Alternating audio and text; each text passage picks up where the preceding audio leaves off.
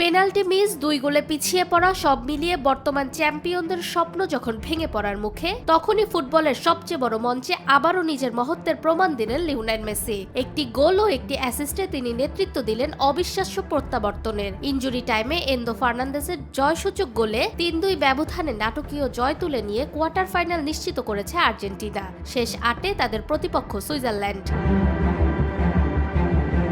ম্যাচের শেষ বাঁশি বাজার সঙ্গে সঙ্গে আবেগে ভেঙে পড়েন মেসি। চোখের জলই বলে দিচ্ছিল কতটা কঠিন লড়াই পেরিয়ে এসেছে তার দল। শুরু থেকেই আক্রমণাত্মক খেলতে থাকে মিশর। লিসান্দ্রো মার্তিনেজকে ফাঁকি দিয়ে দুর্দান্ত হেডে প্রথম গোলটি করেন ডিফেন্ডার ইয়াসির ইব্রাহিম। 4 মিনিট পর সমতায় ফেরার সুবর্ণ সুযোগ পায় আর্জেন্টিনা। বক্সের ভেতরে তাগলিয়াফিকোকে ফাউল করলে পেনাল্টির বাঁশি বাজান রেফারি, তবে স্পট কিক নিতে এসে ব্যর্থ হন মেসি। বিশ্বকাপে এটি ছিল তার চতুর্থ পেনাল্টি মিস।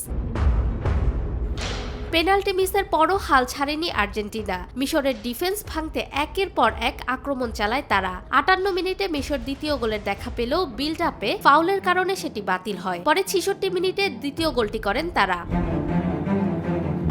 2 গোলে পিছিয়ে পড়ার পর জ্বলে ওঠেন মেসি। তার নিখুঁত ক্রস থেকে ক্রিস্টিয়ান রোমেরোর হেডে 2-1 ব্যবধান হয়। পরে ডি বক্সের ভেতরে আলগা বল পেয়ে দুর্দান্ত ফিনিশে সমতা ফেরান মেসি। এটি ছিল চলতি আসরে তার 8ম গোল এবং বিশ্বকাপ ক্যারিয়ারে 21তম গোল।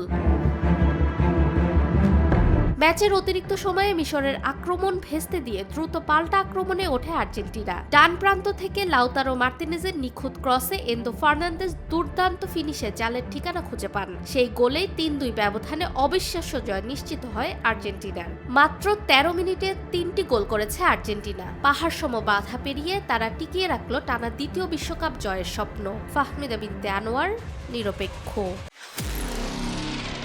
নিরপেক্ষ, সত্য প্রকাশে আপোষহীন।